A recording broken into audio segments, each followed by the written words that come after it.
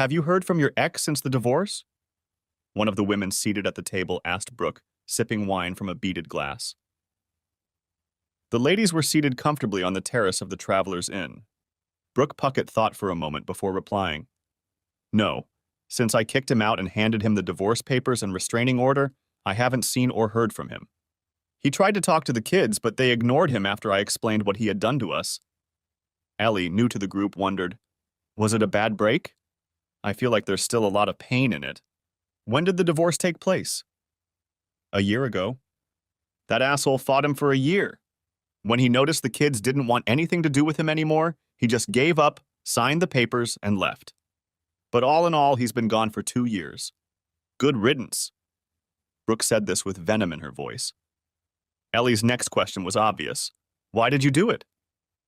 Divorced him, you mean? Because he cheated on me with his first love, Gemma Evans. A voice came from behind. Jake Van Dam cheated? No, he didn't. He's not that complicated. As for cheating with me, I'd remember that. Don't you find it? Impossible, absolutely impossible. I just think you're up to one of your dirty little games again, Mrs. Brooke Puckett. Brooke turned her head so quickly that the others thought her eyes popped out. She said, Well, look what the cat brought. You've got nerves. Look who's talking. You started manipulating Jake when we were still together. Your lies caused us to break up, and you have the nerve to claim Jake cheated on you with me? When the hell? Gemma replied. 2 years ago, as you well know. If Brooke's voice had claws, blood would have dripped from Gemma. Oh, no.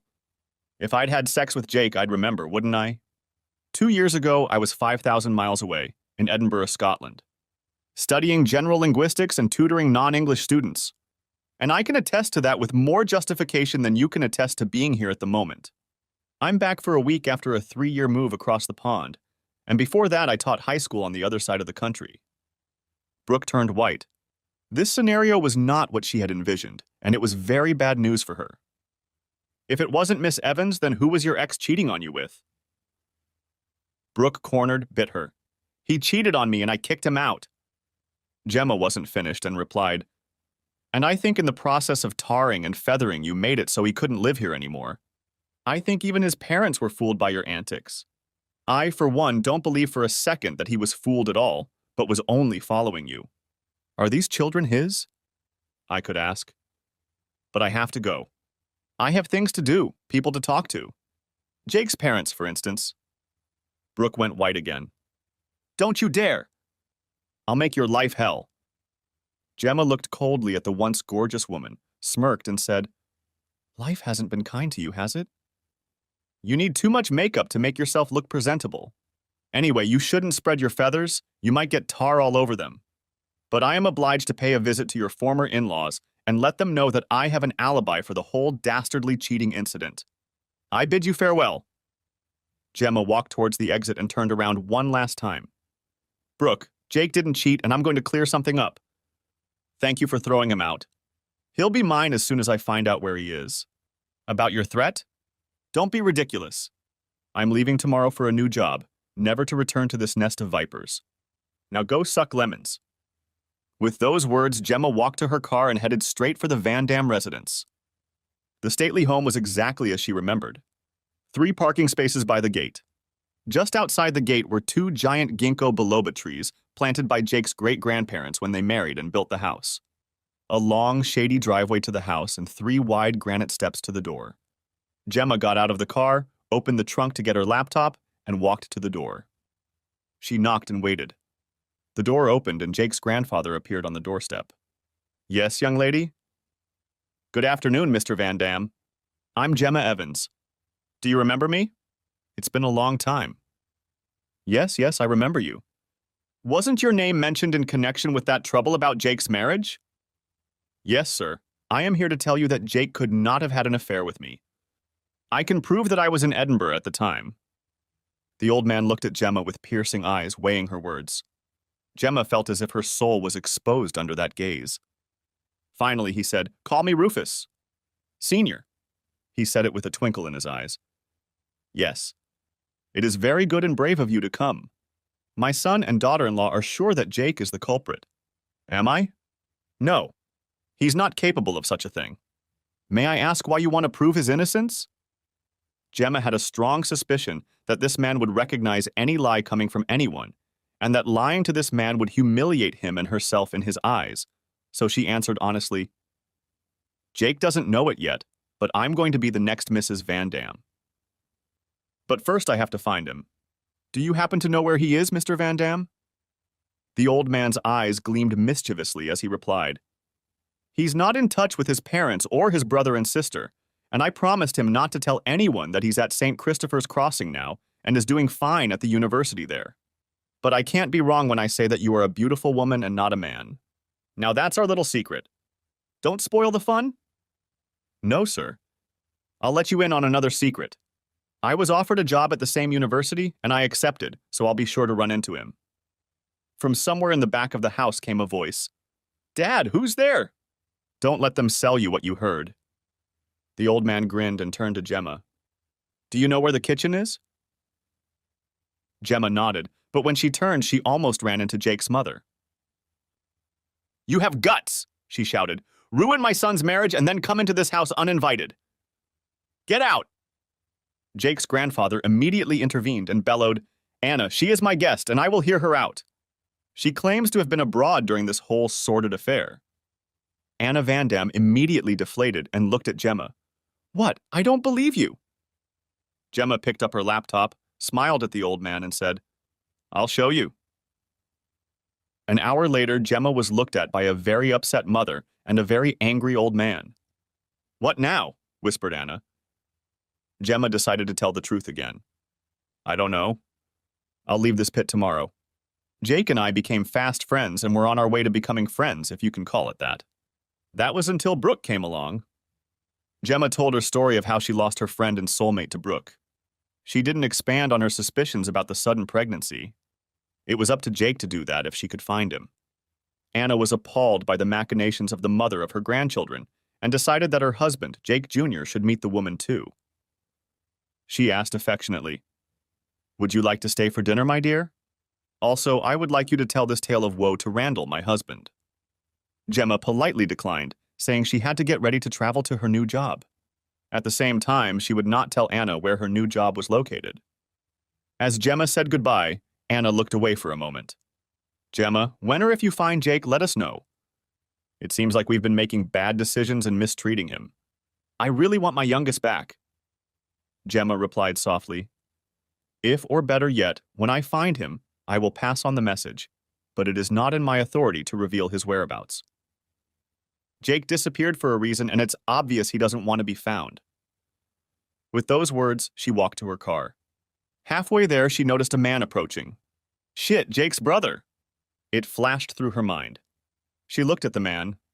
The man was well past his age and had gotten fat. He walked like a gorilla, and he looked like one. Rough cheeks, thick neck, broad shoulders, arms wide apart as if he could not put them parallel to his body as they should be, a prominent belly, small steps, two thick upper legs rubbing together, wheezing like an old steam engine. Rufus Van Dam looked closely at the slender, dark-haired woman. The woman seemed familiar to him, but he couldn't locate her. She needs bigger boobs. B-cups don't suit me, but what legs she has. I'd like to feel them wrapped around me. He walked into the house and met his grandfather. Do we have a guest here? I noticed that broad walking toward the gate. Rufus, seeing her keeping a blank expression on his face, replied, Yes, it was an old friend of Jake's who wanted to reconnect. But we don't know where he lives, do we?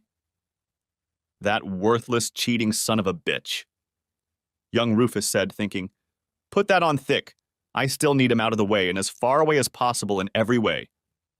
He walked up the stairs and entered his apartment, specially created for him after his accident in the house. Brooke, meanwhile, was reflecting on her life. When the divorce took place, Jacob, better known as Jake, was 35 years old and she was 2 years older. Their children were 16 and 15 years old. They were born within a year of each other. They didn't meet right away. Brooke spotted the 18-year-old when she was finishing a 10-kilometer swim.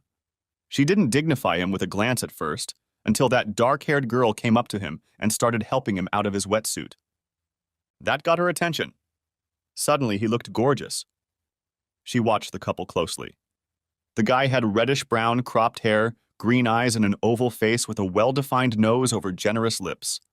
Broad shoulders, long, strong arms with wide wrists and hands with long, thin fingers.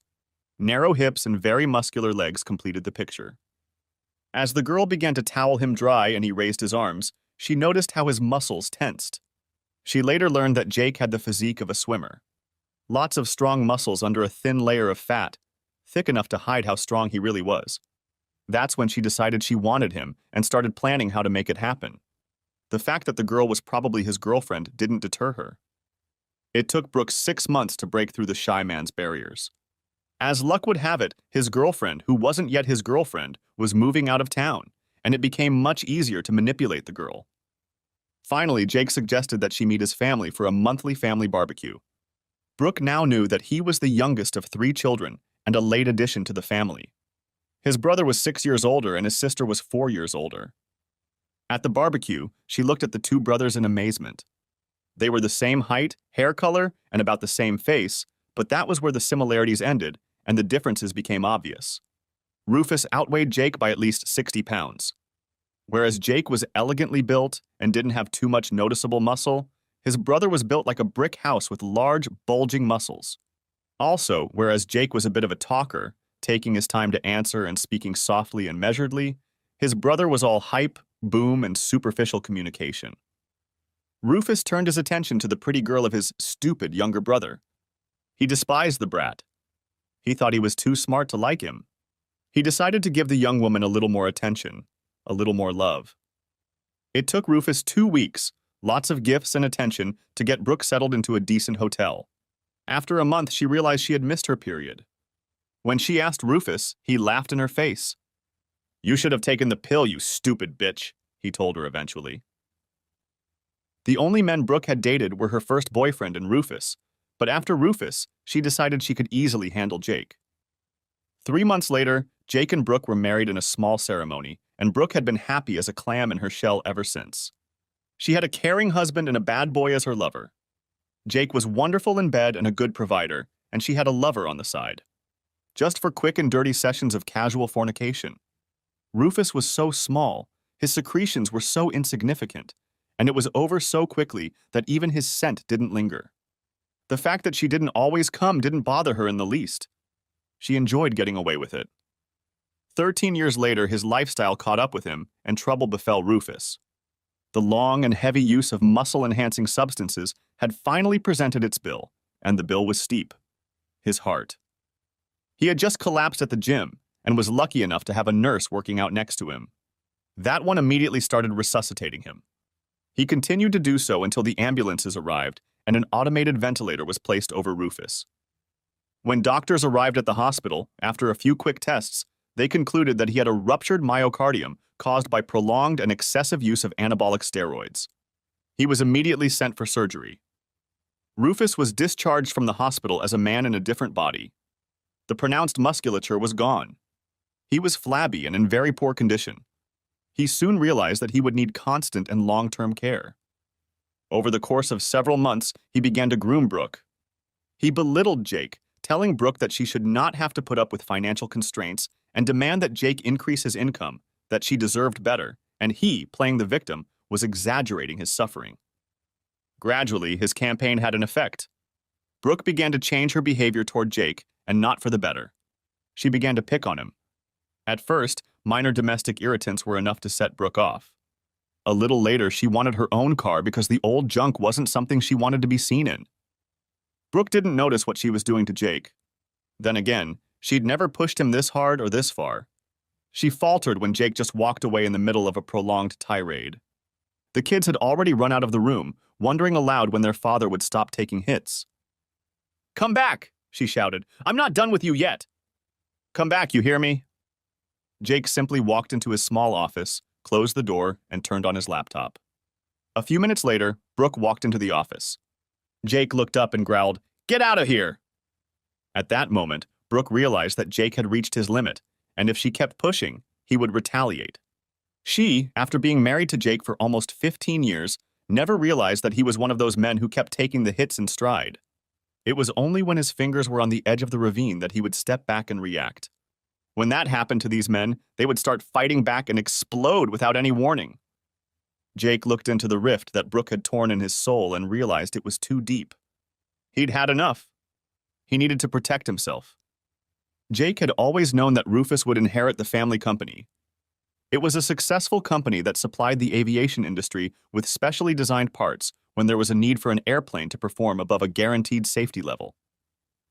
Jake earned a doctorate in aeronautics and a master's degree in industrial design. His grandfather was preparing him for his role as a future CTO. That was until his father took over the company. He pushed Jake aside. Jake suspected his brother had a hand in it, but he didn't care. He already had more work than he could handle. When his father had fired him on a technicality, he'd tried to get Jake to sign a document to keep him from working for the competition. Jake laughed out loud in his face, walked out, kissed his father's secretary, and sang the lyrics to Tommy by The Who. I'm free. I'm free. And freedom tastes like reality. As he left the house. When a major competitor found out about Jake's layoff, they made him an offer he couldn't refuse. He grabbed it with both hands. He was now working 28 hours a week for the same paycheck as he had at his father's company working full-time. The benefits were much better, too. Jake realized that his father and brother would want him out of the way and had expected it years ago. On his grandfather's advice, he started his own company and based it in Luxembourg. All of his freelance work went through this company. Most of the revenue went into an offshore internet account in one of the other tax havens in Europe. The other, smaller portion went into his regular account. Brooke never asked where the extra money was coming from, just that Jake was moonlighting on the side to get the extra funds. Suddenly, this arrangement became very convenient. He changed his instructions so that all the money went into an offshore account. He had absolutely no intention of stopping his freelance work. It wasn't even legally possible. Contracts had to be reckoned with. In his office, he decided that he needed to spend more time with his children, and so stopped working those ungodly hours. The next morning, Jake was reading the paper on his tablet, washing it down with his customary cup of coffee, when Brooke walked into the kitchen. Where have you been all night? I've been waiting for you. Sure, for about 5 minutes, and then you fell asleep. Cynicism doesn't suit you. Tell me everything. But before you drift off, I need to say a few words to you. Brooke swallowed the venomous reply. Instead, she said wryly, Really, the word is yours. Jake said, You do realize that yesterday I worked about 30 days of 15-hour days without a single day off. I did it just to meet your demands, and you keep asking for more. In all that time, I haven't seen the kids for more than 4 hours, and now that's going to change. I've returned all my freelance assignments to my clients. I now work 30 hours a week. No more. If you want more, get a job and work. He was quiet for a few seconds, and when Brooke started, he raised his hand. I'm not done, he said. I think your behavior towards me is horrible, and if you keep this up, we're going to get a divorce. The ball is in your court. I'm leaving, and for a change, I'm going to have breakfast that I didn't make myself. Jake walked out of the kitchen before Brooke could utter a word. She just stared at the door, sitting there with her mouth open. She had never seen Jake act like this before. She pulled out her cell phone and called Rufus. Rufus, Jake is getting stubborn. I don't know how to deal with him anymore. Rufus grinned. That's what I expected. I have a plan B. Jake was sitting at his desk when his secretary called to say he had a visitor. Surprised, he asked if he had any appointments for that day that he didn't know about. No, sir, but she said it was urgent, was the reply. The elderly woman entered his office and asked him to introduce himself. She then handed him 2 sealed envelopes with the words, I regret to inform you that you have already been served. The woman walked out shaking her head and said to the clerk, Please look after him. This is very bad news indeed. Jake looked at the envelopes. For some reason, he felt relieved. It was all over now. He had expected it, but it still hurt like hell. What he hadn't expected was a restraining order forbidding him from contacting his wife, children, and parents. What really shocked him was the notarized affidavit stating that he had a relationship with Gemma Evans. With great pain in his heart, he began the necessary processes. Of course, the bank accounts were blocked. He looked into his professional connections to see if there was a lawyer among them. There wasn't one, but one client had gone through the same ordeal as Jake and referred him to her attorney. Finally, he rented a small apartment, just enough for the immediate future. Back to the present. Brooke noticed Olivia and Brian discussing something. Their voices were quiet, but not so quiet that Brooke could hear what they were talking about. It sounded like her son had a problem and wanted to talk to his father about it. Brooke interjected, "Why, if you have a problem, don't you talk to your Uncle Rufus about it?" Olivia mockingly replied, "What could that sweaty fat pervert have to say that even remotely resembles a reasonable person?" Brooke was stunned and insulted by proxy. She bit her tongue to keep from telling them who the real father was. "What, he's your uncle, mind you." "Yeah, not a bad uncle. Offered me money for showing my tits and said he'd reward me generously if I helped him ease his urges." "And that's not what he asked for," her daughter replied with disgust. Brooke thought, "That's his own daughter for crying out loud, and he knows it. If it's true what she's telling me, God help me." Many bodies were pulled out of the closet that night. Brooke had no choice but to conclude that Rufus was a pervert and a danger to her and her own children. The fact that nothing had happened was due to the fact that Jake had instilled self-esteem in the children. Now the serious problem was the fact that she would soon be dependent on Rufus for income and lifestyle. Jake was paying a huge amount of money for child support. Because of this, she had a relatively good situation and never failed to make payments, but it didn't last long. She found herself in a tight spot and was now starting to regret some of her decisions. "Leonard Daltrey, it's finally a pleasure to meet you. Gemma Evans, and the feeling is mutual. I've heard a lot about you and all have been positive. I look forward to working with you." Professor Daltrey told Gemma about the ups and downs of the university and his role within it. He also informed her that he is a widower and lives with his girlfriend. The affable interview ended with Professor Daltrey saying, "I have arranged temporary housing with my good friend Nathaniel Thompson. He lives on the St. Christopher Trail and has a guest house. Maybe you want something more comfortable? I suggest you check out the homes in St. Christopher's Woods.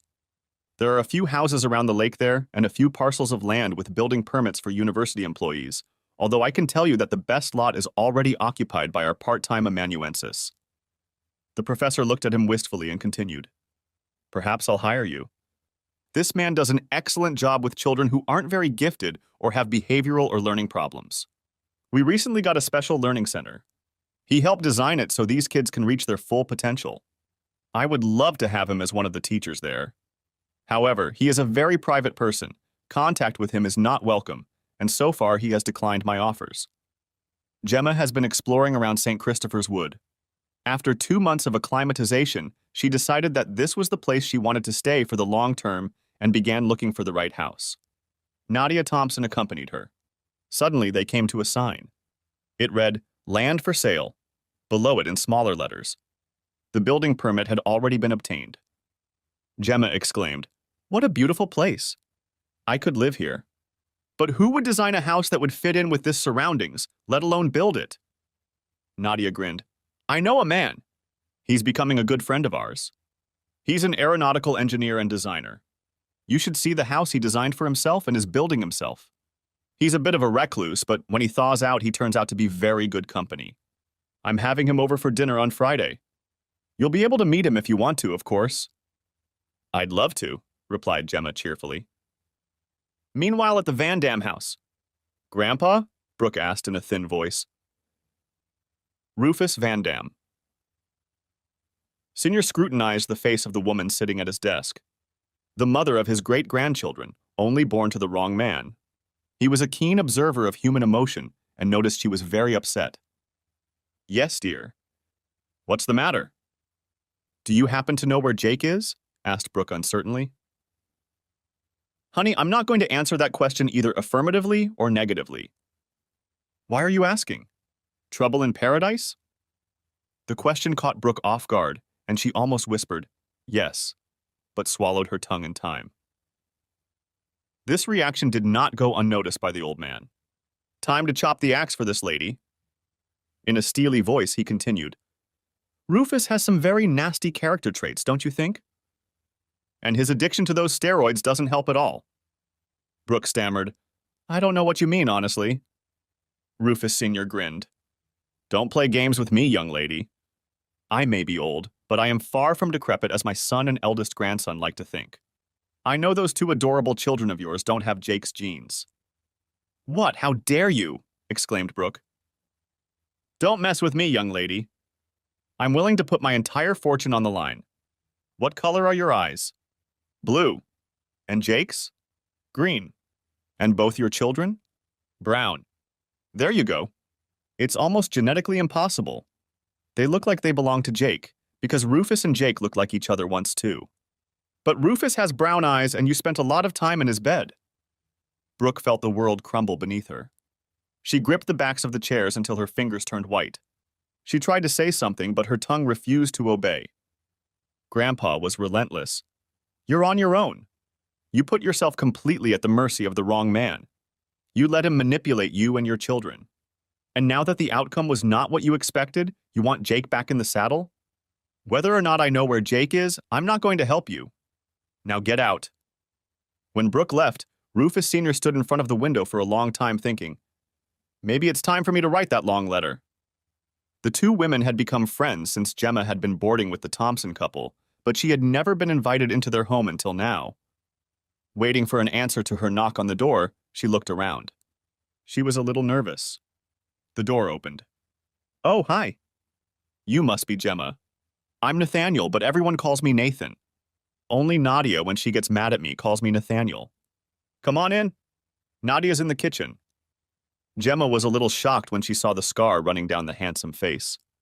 As he turned to walk her into the kitchen, she noticed that he was very trim, but walked with a slight limp. What had happened to him? A warm welcome awaited her in the kitchen. Gemma introduced herself to Jacob, their young son, and then turned to Nadia. This house and its surroundings are stunning. How did you find such a gem? For a brief moment, Nadia's face lowered, and their whole story flashed through her mind as she contemplated what to answer. It is a long and sad story, but you might say with a happy ending. I'll tell it to you sometime, but since it's Nathan's story, I need his blessing to tell it. It is not common knowledge, only a few people know about it. All I can say for now is that Nathan wrested it from the hands of the local tyrants and destroyed them in the process. And Jacob is not mine. He belongs to Nathan and his first wife. He's divorced? Before he met you? No, he's a widower. But I am very happy to tell you that in 6 months, Jacob will no longer be an only child in this house. Gemma hugged Nadia, exclaiming, That's wonderful news. She wanted to ask when the baby would be born, but Nathan interrupted her. Gemma, let me introduce you to... Jake, Gemma exclaimed. Without thinking, she ran up to him and hugged him. Jake didn't react in any way, only said, Gemma, long time no see. Embarrassed, Gemma let him go. Nadia and Nathan looked at each other, and Nathan asked, Do you two know each other? Before Gemma could say anything, Jake answered, We used to be friends. Gemma's happiness collapsed, and tears welled up in the corners of her eyes. This was not the happy reunion she had envisioned. She cried, Jake, why are you acting so cold? Aren't you happy to see me? I missed you so much. Jake was surprised and even more confused. He looked at his hosts. Nathan only nodded and said, We'd better get out of your way right away. You can use the study over there. Sitting in the study, Jake looked at his former and now very upset friend. Gemma, he said, you told Brooke that you had sex with me while I was married to her. You even signed the affidavit. That was the end of my marriage. Why should I be happy to see you? Those lies hurt me deeply.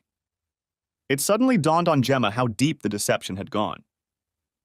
She resented the fact that Brooke had manipulated her in such a way to ruin Jake and Jake's image in the community where he lived. She sat up straight and said to Jake with firm determination in her voice, I want you to listen to me very carefully. Before coming here, I lived in Europe for 3 years. I would never have told her that. I heard Brooke bragging about it in the pub, and I told her off publicly right then and there. After that, I went to your parents to tell them where I'd been for the last 3 years. I talked to your grandfather, too. We had a good long talk. He was the one who told me that you were doing well and that it was likely that I would meet you here. I didn't realize it would happen so soon, and I had already decided to go and look for you. I've missed you a lot, to be honest. Jake blushed. But the affidavit? It's forged. And if you still have the original, someone's going to be in big trouble. Jake, I loved you, I still do, but I would never have gotten into bed with you when you were still a married man. I would never have done that to you. All this time I've been thinking about you betraying me and wondering what I did to you to deserve it. So you believe me then? Of course. You've provided me with at least one verifiable fact with just a phone call to my grandfather. I think you can prove the others just as easily. Most importantly, you've never lied to me in the past. So yes, I believe you. Gemma felt relieved. That hurdle had been overcome. The next was how to communicate her feelings to him. And would he reciprocate those feelings? She swallowed and, gathering all her courage, asked, "Can we kiss and make up?" At that, she pushed back her chair. Jake did the same, walked over to her and hugged her, asking, "Can you forgive me?" "For what?" asked Gemma indignantly. "You've been manipulated in the most horrible way." "There is nothing to forgive." Jake wanted to kiss Gemma on the cheek, but Gemma quickly turned her head and her lips met his. Putting her hand behind his head, she pulled him against her and quickly ran her tongue over his lips. She broke the kiss afterwards, smiling broadly. Jake felt stunned. "Did you just kiss me? Did that really happen? Did you just kiss me?" he asked her. "Yes. I've wanted to ever since I found out you were no longer married to that harlot. I've already told Brooke that I have a claim on you. Just tell me when I'm in too much of a hurry. But slow or fast, I'm coming for you." Jake pondered this, enjoying the way Gemma's supple body pressed against his. "You know I'm damaged goods, don't you? There's a reason I'm building my home in such a remote location. I can only do things slowly. I needed to heal first, and I never dared to face my demons. It's just too painful. Let me in, I'll be there for you. Always. I know you married that harlot because she was pregnant. Otherwise, you'd be married to me, and worse, I've done a little math and wonder if it's your son. There's something very strange about that. Now it's time to join our hosts. One last piece of advice, if you'd like to take it, accept a job offer from Professor Daltrey. It will do you a lot of good." When they returned, Gemma said simply, "Problem solved. He's mine now, although he's not entirely sure of that yet." Nadia clapped her hands together happily. "Great. That was a quick job. What's next?" Gemma snuggled up to Jake and pulled him to her. She smiled and replied with deep happiness in her voice, "I have plans. One has to do with retribution. One has to do with never letting that guy out of my sight again. And finally, who do I contact to get that piece of land we saw this afternoon?" The dinner was a great success and fun. Gemma told anecdotes from the days when they were friends. After dinner, things got more serious, and Gemma finally asked the hard question. "Jake, did that harlot explain how she gave birth to a fully developed son after a pregnancy of 6.5 months?" "No. You forget that I was there and was so enthralled that I never realized it. In retrospect, I can say that was very foolish of me. But what are you implying?" Nathan, knowing from his own experience how overwhelming it can be to witness the birth of a child, replied softly that it may not be yours and that you've been set up. "But they look like me and they look like a brother and sister. There's no doubt about that." "Both." Jake cut the phrase short, afraid to voice his thoughts. Immediately, two women crashed into him, hugging him and whispering quiet words in his ear. Jake pulled himself together and asked, "What now?" "I need to know for sure." Nadia took his hand and asked, "Can you think of a man who looks like you? Maybe a cousin?" Gemma exclaimed, "Rufus! It has to be him." Jake said, "No, they don't even like each other." Nadia didn't argue. "Or that was said so you wouldn't suspect them. I think there's only one way to find out, and that's an official paternity test. That means you need a great lawyer, and I know just the kind. Donna Marshall, she's not one of the best, but the best of the best. Nathan, can you give her a call?" Brooke had fallen on hard times.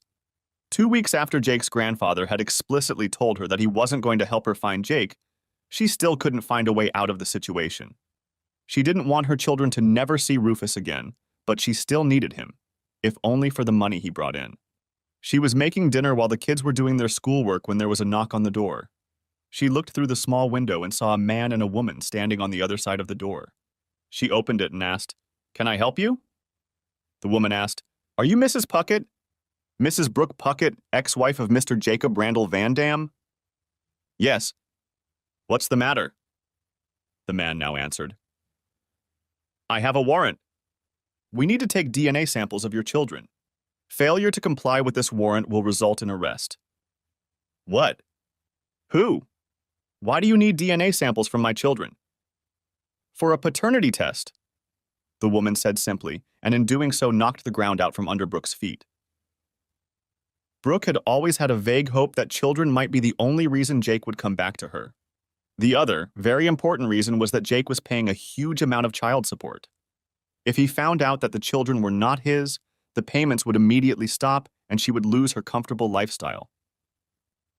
Meanwhile, at the Van Dam house, another pair of paramedics, accompanied by a police officer, knocked on the door of Rufus Van Dam's apartment. Rufus Sr. watched the whole thing, thinking. It looked like Gemma had found Jake, and Jake had figured it all out. Now he was going to have hell to pay. Rufus Jr. had refused to cooperate and attacked a police officer. The obese man couldn't stand up to the young tough guy, and soon Rufus Sr. witnessed his grandson walk with a short and humiliating gait toward the police car. 2 weeks later. Jake? The results are in, shouted Gemma, walking through Jake's apartment. Gemma was dreading the results. It was going to be very difficult for Jake either way, and Gemma would have to work hard to support him. Jake and Gemma sat on the couch, and Jake read the document and the attached test results. When he finished, Gemma saw that he had turned white and was suddenly very worried. Jake, she asked, what's wrong? You look like you're having a heart attack. I'm not having a heart attack, but I'm going to have one. Both kids belong to Rufus, and both he and that cheating bitch ex-wife are going to pay me back for everything they've done to me and more. Gemma pressed herself against Jake, trying to comfort him. He felt great around her, and she hoped it would be the same the other way around. Jake still didn't respond to her advances. They hugged, sometimes chastely pecking each other on the cheek, but nothing more. Gemma could already feel her need beating against the back of her teeth. She looked at his face, and suddenly Jake was looking at her again, with a vulnerable and shy expression in his eyes. Gemma, please don't misunderstand me. I love you with all my heart, and I've been berating myself for letting Brooke drag me away when you weren't home. I know you need and want more than I can give at this moment. Please believe me when I say that these feelings are mutual. But before I give myself completely, I need to resolve this situation, and I promise I will resolve it. I will resolve it the hard way, and I don't want you in the thick of it. Also, if we start now, I feel like you'll become a rebound, and that wouldn't be fair to you and your feelings for me. I can totally understand if you don't have the patience for all of this and want to be free. Just tell me and we'll part without any hard feelings on my part. Relief came over Gemma like a cool shower after a hot and tiring day.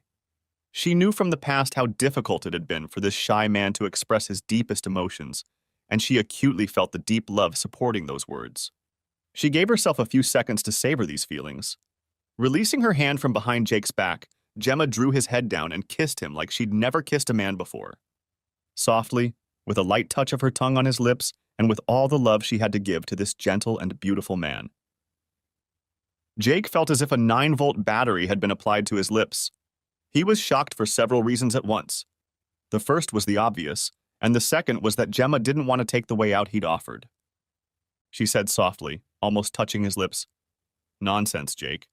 No more excuses. You won't get rid of me that easily now that you've professed your love for me. You'll find me in the thick of things every second because I'll be there to support you and help you."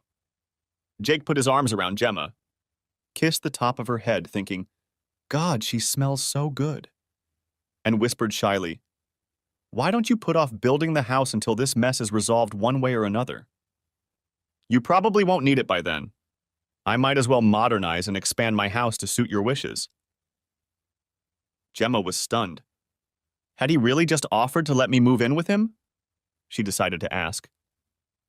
Does that sound like an invitation to move in with you? It does.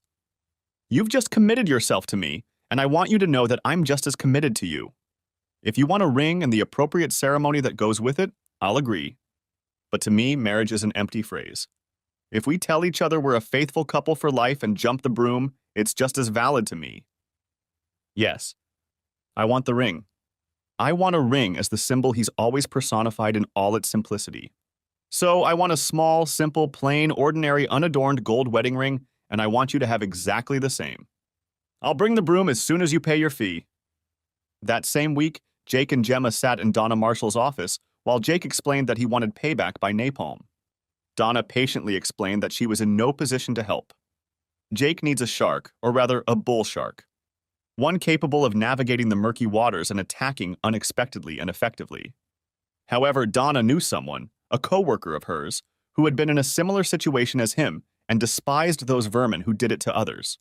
Her promoter introduced him to her, and they have been referring clients to each other or working together on some cases ever since. Sometime later, Brooke was doing household chores and thinking about the fact that there was no response after the DNA tests. Cautiously, she began to hope that it would all go away. She had found a way to shield her children from Rufus's direct influence, and their grandfather had been very helpful after she had taken Rufus Sr. into her confidence. Rufus Jr. seemed to be afraid of Rufus Sr. ever since he was taken from the apartment by the police.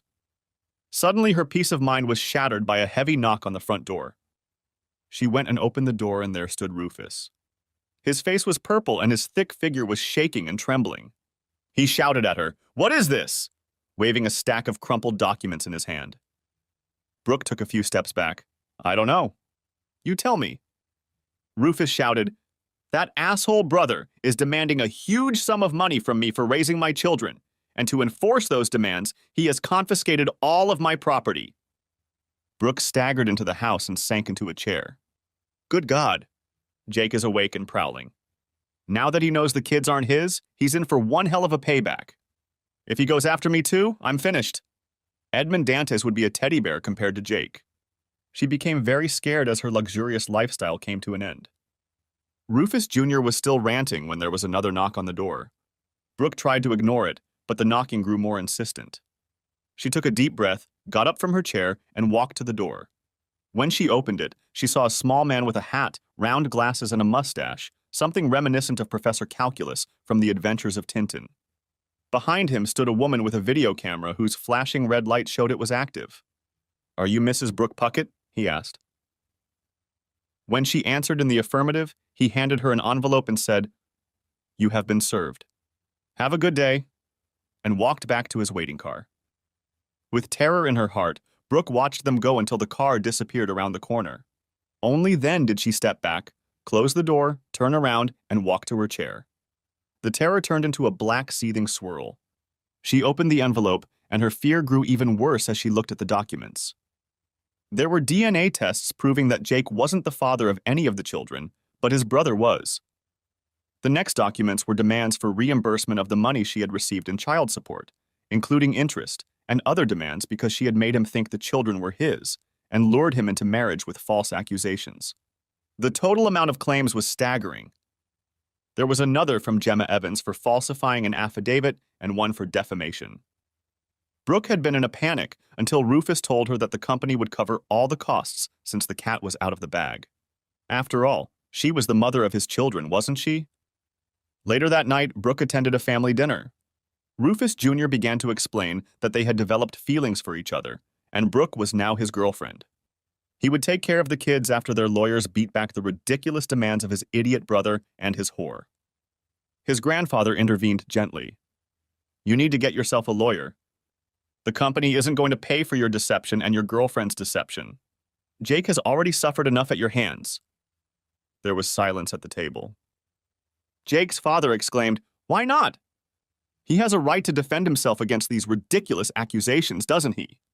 The company has very skillful lawyers to counter this slander." Rufus Sr. replied, "First of all, the accusations are not ridiculous. They are completely true. The children are from Rufus and Brooke. They have been cheating on Jake from the beginning, and it appears that Jake has DNA evidence that the children are not his, but Rufus's. If that's the case, then Jake is right. Besides, the company has strict rules about fraternization, and you broke them all.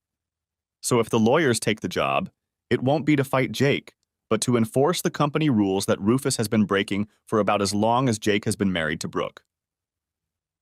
Rufus's father exploded, "You can't do that! I'm the CEO, not you." Rufus Sr. laughed softly and replied, "But I own 70% of this company. I am the chairman of the board of directors. The board of directors can override any decision the CEO makes. Therefore, our legal team will not be used for a lost battle with a lawsuit just to satisfy your ego." Rufus Jr. exploded with rage. He kicked his chair and left the room. Once in the hallway, he froze, trying to catch his breath. Rufus Sr. dropped his napkin, apologized, and followed his youngest out of the dining room. In the hallway, he almost pitied the wreckage of what had once been a man, until he remembered what he had done to his brother. He walked past and said in a soft but unmistakable voice of venomous steel, "If I find out, I'll bury you so deep even the devil can't find you. Do you understand?" Rufus Jr. was soon stunned by the attack. His ego and arrogance soon asserted itself, and he growled back, "And how do you think you're going to accomplish that, old man? I have powerful friends too, you know. Just try it, and you'll realize that this old dog can still bite." With those words, Jake's grandfather walked over and patted the still breathing heavily on the man's back lightly. "Tisk, tisk, you've got to do something about this condition of yours or you'll never grow old." In his apartment, he sat down at his desk, picked up his old and trusty Rolodex, and looked up the phone number for the University of St. Christopher's Crossing. The next morning, at breakfast, Rufus Sr. was besieged by his son Randall and Rufus Jr. to get him to let them use the company's legal advisors. After a long study of the documents, they realized that this legal battle was going to be expensive, and the only way to win was to fight as long as possible in hopes that Jake would run out of money. Alas, the old man stuck to his opinion and even backed it up by saying, "If I get even a hint that you sought the advice of a lawyer working for the company, you'll be fired and out on the street before you realize what happened. This is a misuse of company assets. Understand?" He bit both men on his way out of the dining room. At his desk, he called the university. "Good morning, this is Professor Van Dam. I'd like to speak with Professor Daltrey. If he can spare me some time, I would be very grateful." A few minutes later, he heard a familiar voice. "Rufus, old friend.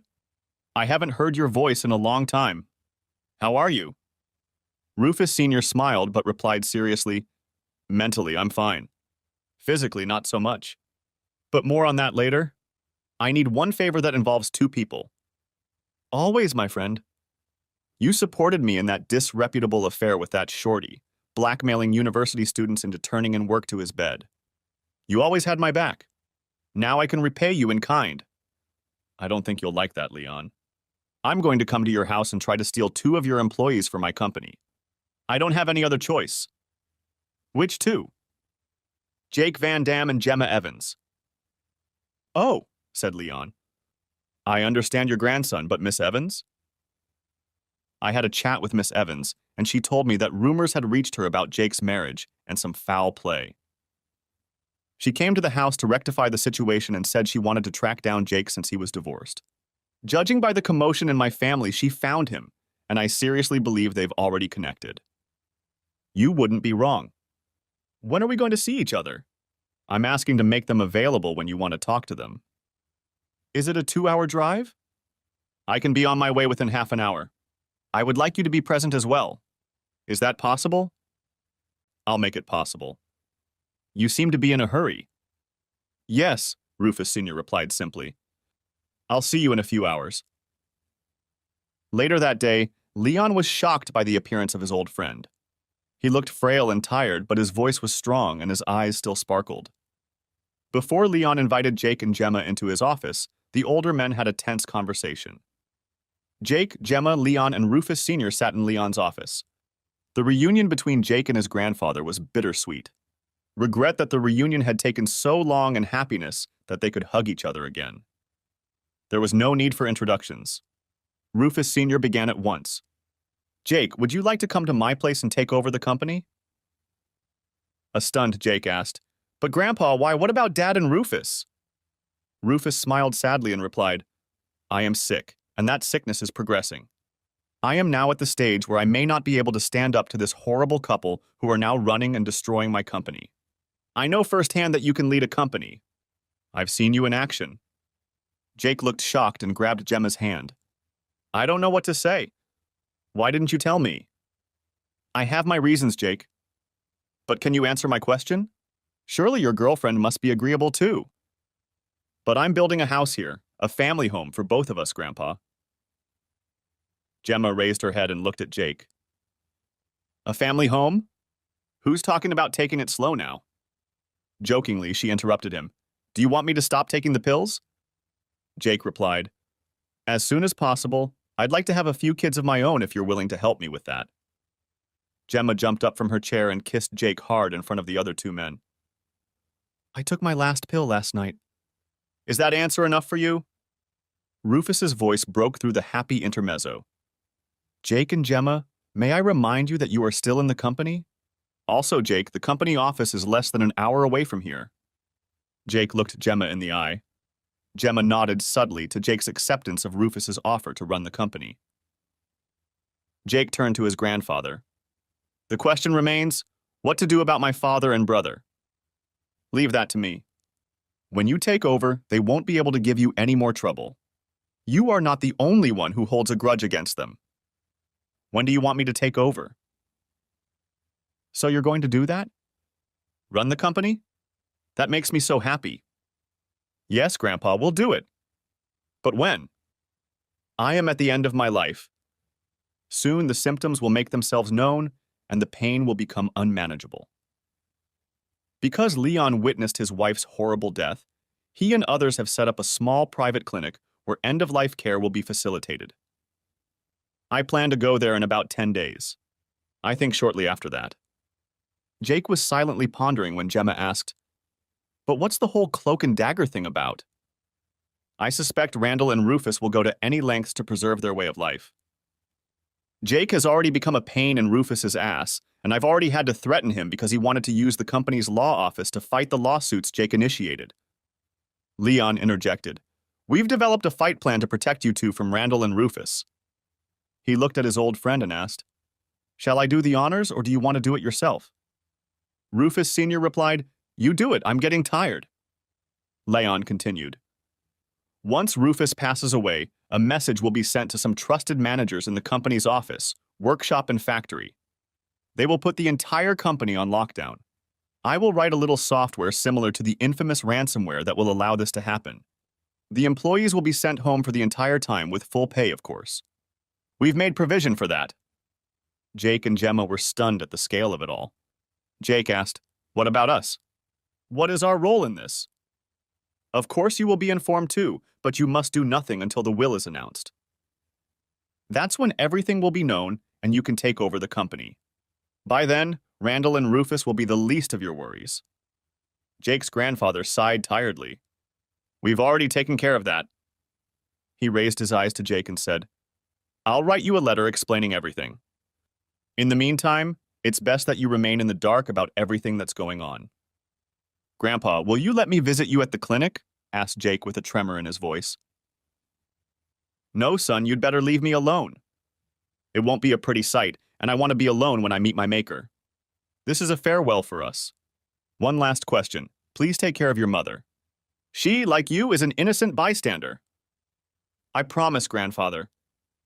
We will take care of Mom.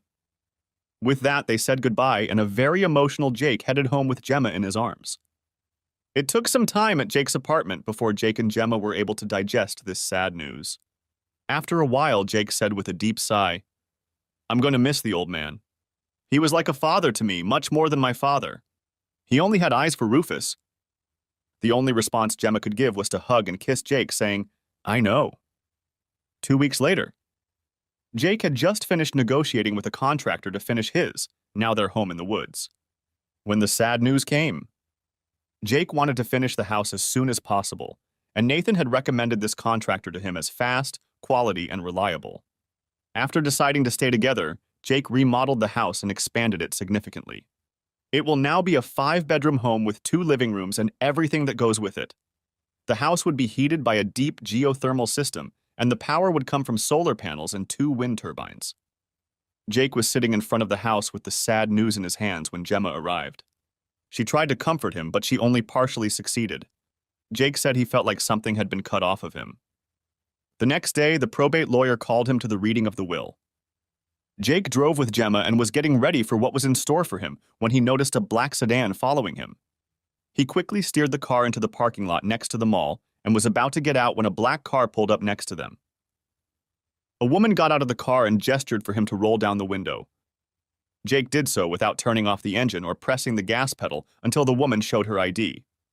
Sir, we're with the FBI, and we want to protect you until this case is over. When you come to the reading, please act like you don't know we're here. Everything will be revealed during the reading according to Mr. Van Dam's wishes. Jake entered the conference room, leaving Gemma in the waiting room, and found his father, mother, and Rufus Jr. already seated. Rufus Jr. grinned. Look, the prodigal son has come to see if there is anything here for him. Now I'll make sure you don't get anything, you little rat. The lawyer interrupted him. Sir, behave yourself or I'll have you thrown out. Understood. Rufus wanted to say something else, but the lawyer, this time very forcefully, said again, Sir, behave yourself. Next time you can sit outside the building and wait for your family. Now you understand, and I demand an answer as to what you understand. Rufus muttered something, and the lawyer staggered forward again. I can't hear a word you're saying. You do or do not understand that the next time you violate house ethics, you will be removed from the premises. Randall backed away to interrupt him, but a raised hand stopped him. He recognized a man who was not to be trifled with. Good. Now that the shenanigans are over with, we can get down to the official part. An image suddenly came over Jake. It was Gandalf, the wizard from Lord of the Rings. The lawyer was exactly that kind of man. Friendly and gentle, but testy towards people who tried to provoke him. Suddenly, he would become tough, relentless, and eager to retaliate. He was brought back to reality when he heard his name called, just in time to hear what was read aloud.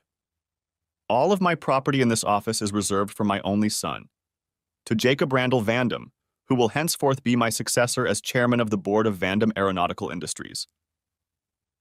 What? What did Grandpa mean by only son? It's Dad, isn't it? What's going on? Jake thought, puzzled. Jake's mother sat nonchalantly in her chair, her lips curving slightly in a smile, while Randall and Rufus exploded. I'm his son and Rufus is my son. I'll tear you apart, you crook, roared Randall at the lawyer. The lawyer didn't even blink and pressed the button. A few seconds later, the door opened and 4 men appeared. They looked like they could rip the arms off a gorilla without batting an eye, and took up position next to the enraged men. One of them growled to Randall, You're not going to make me hurt you, are you, mister? Randall immediately deflated, but Rufus, who was not noted for his restraint, tried to pounce on Jake, shouting, I'll kill you, you bastard! The next moment he was sitting up again. His face reflected agony, and he was rubbing his thumb and wrist. Now that calm had been restored, the lawyer continued. My dear friend Rufus predicted this little unpleasant scene. That is why I asked these gentlemen to be present to keep the peace. He looked at Randall and said, Mr. Van Dam has genetic evidence that you are not his son. He divorced your mother for a reason. Therefore, Rufus Jr. is not his grandson. The lawyer waited a moment to let him know that the message had reached him, and then went on inexorably, still looking at Randall. When he learned how you were treating your wife, and that you were renting an apartment at the company's expense and having fun, again at the company's expense. With escort ladies, he proposed to your wife, and she gladly accepted. Your wife got pregnant by Jacob Randall Van Dam. We have notarized affidavits and again genetic proof that the second son of Anna Van Dam Hansen and Rufus Van Dam is Jacob Randall Van Dam. Randall looked like he was about to explode, and he did explode. He lashed out at his wife. You're a whore! You cheated on me. You're going to pay for this. I'll sell you to a Russian brothel, he shouted. The lawyer interrupted, gesturing for 2 men to immobilize Randall.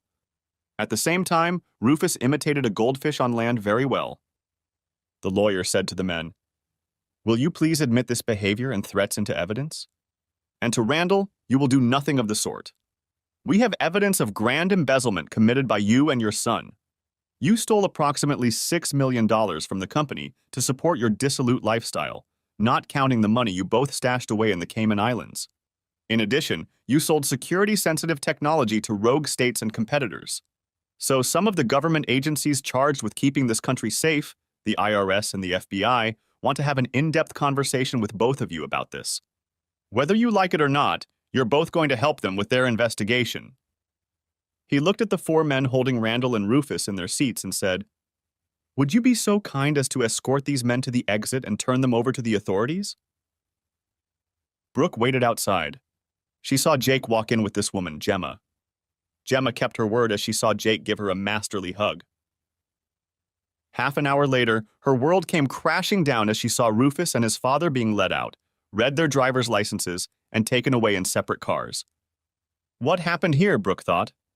After a few seconds, panic overwhelmed her and she clutched at one of the men escorting the father and son and handed them over to the police. I can't tell you, ma'am. All I can tell you is that they are going to assist the authorities in their investigation and it's going to take a long time, the man said. One of them explained, looks like they're wanted for fraud, embezzlement, industrial espionage, and transferring classified technology to sanctioned countries. I guess we won't see them again in the next 20 years. Who will run Van Dam's industries when they're gone? Asked Brooke, while the emptiness in her stomach grew deeper. The other person. The one who came in with that snitch in his arms. Suddenly, Brooke felt unreal. She didn't know what had happened in the office, but Jake had come out on top. The luxurious life and protection from Jake's lawsuit that Rufus had promised her had evaporated. Depressed, she walked to Rufus's car and found it unlocked, and the key fob lying on the center console. Distraught, she drove home. 1 month later, Brooke was on a tear. Her meager income wasn't enough to support a household, let alone the luxuries she had grown accustomed to in her, as she called it, former life. Now she had to find a plan on how to increase her income or reduce her expenses.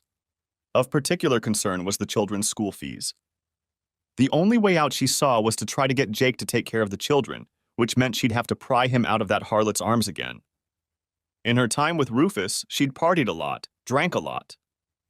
At Rufus's insistence, she'd had considerable plastic surgery to tighten the belly that had appeared after the birth of her 2 children, had her breasts lifted and enlarged, had a facelift, and had her lips tinted.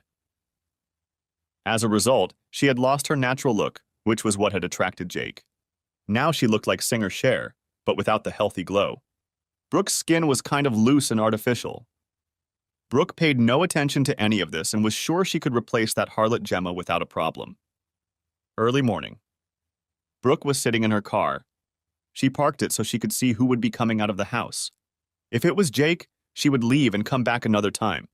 And if it was that harlot, she would wait a few minutes to make sure there was little chance of Gemma returning, and then go bang on the door and get her husband back. Suddenly, she saw a blue Nissan Rogue appear and disappear around the corner in a flash. She checked her makeup one more time, waited 5 minutes, got out of the car, and walked to the front door. Brooke had heard that Jake had designed and partially built the house himself. She forced herself to take a good look so she knew what to praise. She could always encourage him to remodel the house to his liking. The house seemed to grow out of the hill. It perched at the top and its facade faced north. The small front showed 2 large windows next to the door, covered by shutters. Brooke took a deep breath, pulled her shirt down a little to emphasize her cleavage, pulled the door knocker back and released it. The knock rumbled through the house and Brooke waited. And waited she did. Just as she was about to turn around, the door opened silently and Jake appeared. He looked her over, his face expressionless, but he said nothing, certainly not inviting her in. Finally, she said in a sultry voice, "Hi, Jake. You look good. Life is treating you well, I see." "Brooke, I've been waiting for you to call for some reason." "What do you want?" "I want us to talk." "Aren't you inviting me in?" Jake sighed. "Let's get this over with once and for all." He thought. "Then come in," he replied tiredly. He led her into his office. It was closest to the door, and he didn't want Brooke assessing the rest of the house. Jake guessed why she had come. Gesturing for her to sit down, he took the chair on the other side of the desk and said, "Okay, Brooke, talk. What do you want from me? Aren't you going to show me the rest of the house?" "No, why would I?" "Now tell me why you're here." "Jake, don't you realize we belong together? We have a history and 2 children together. Now I need you to come back to me."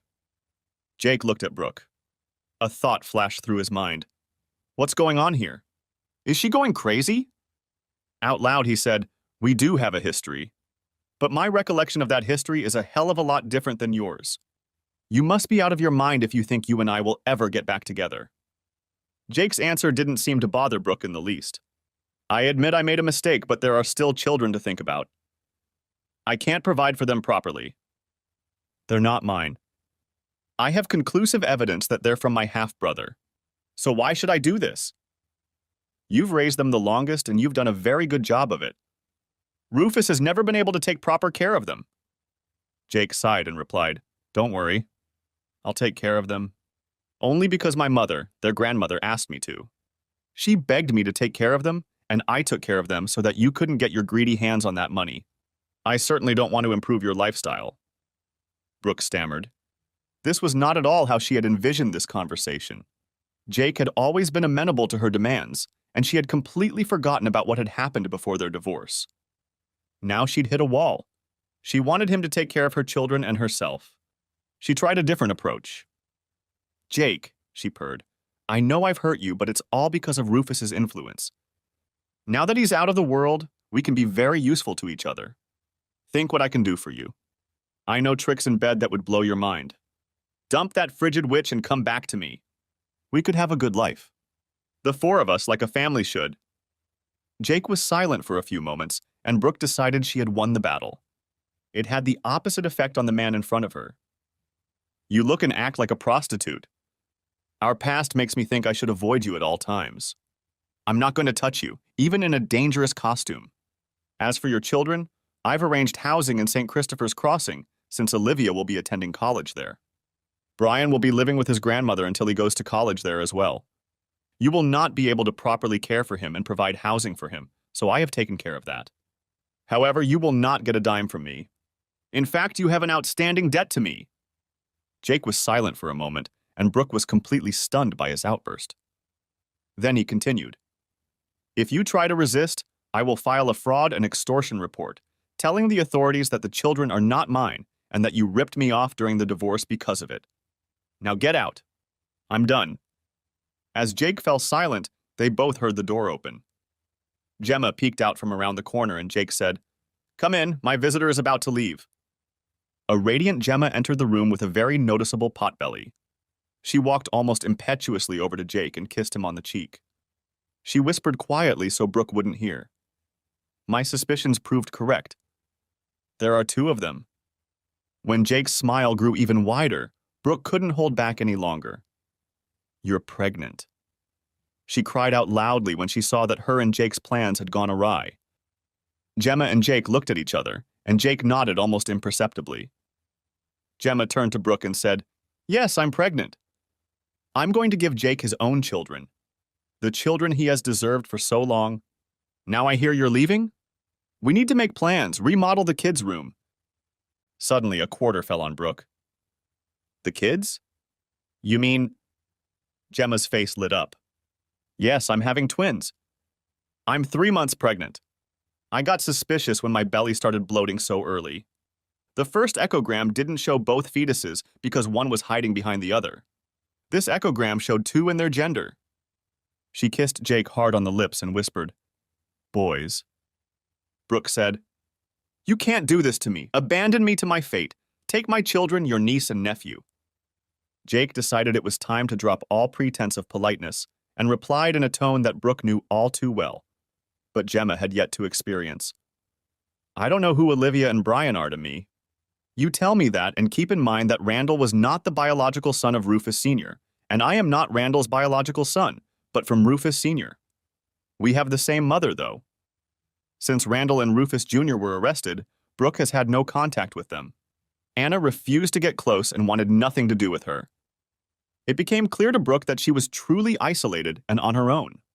She didn't have a decent job and lived in a rundown apartment, for which she had to sell her valuables one at a time. She lowered her head and almost didn't notice that Jake had spoken again. If it were up to me, you could rot in hell. But my mother and Gemma are convinced that if I do that, you'll be a quivering sick ruin of a human being. I'm okay with that, but they told me again that you're still the mother of your children, and they might feel obligated to take care of you, and that would come at a cost I don't want them to pay. So I found a job for you. Simple physical work. That will pay the rent and basic living expenses. Brooke had already applied for several jobs, but was rejected each time. She would have to look somewhere far away to find a job, and she wouldn't be able to see her children at all. Jake handed her a card with an address and phone number, and Gemma said, This is your only chance to keep in touch with the kids, because it's the only job for you after the lawsuits are heard by the judge. If you don't use it, we will take our hands off you. And we won't take your children. They've decided on their own that Olivia will live at St. Christopher's Crossing and Brian will live with Anna. They understand perfectly well what you've done to the man they thought was their father. Now Gemma gestured to Brooke that it was time to leave. In front of the door, she told Brooke, "In the end, I won. I have Jake and I will have his children. Your selfishness ruined Jake. You bet on the wrong man for imaginary luxury. I have the best man and you have nothing." Gemma cast a hard look at Brooke and continued, "I'm warning you. If you try anything with Jake, I will stand in your way. If you try to manipulate your children and try to turn them against him or hurt Jake in any way, I will come after you and I will not stop until you are completely destroyed. Do you understand?" Brooke's mouth dropped open at the blatant threats and overt hostility that Gemma radiated. "Answer me. Do you understand? You've hurt Jake enough and it stops here and now. Do you understand what I'm saying?" Brooke spoke very forcefully, almost shouting. Brooke replied softly, "Yes, I understand. No direct contact with Jake, only through you." "Yes. Now get out." Brooke, who a few hours ago had stood so confidently in front of the mirror, was no more. Her world had crumbled in the last 45 minutes. Brooke walked to her car. Inside, Gemma was nestled snugly in Jake's lap. She sighed, "You're mine. It took me almost 20 years to get here, but we're together again." In spite of Brooke and thanks to her stupidity, after a moment she rose to her feet and pulled Jake with her. "We need to practice." "Practice? What for?" asked Jake. "Number 3, of course." And giggling, she pulled him into the bedroom. Thanks for watching. I hope you enjoyed it. So subscribe to my channel and watch the next video.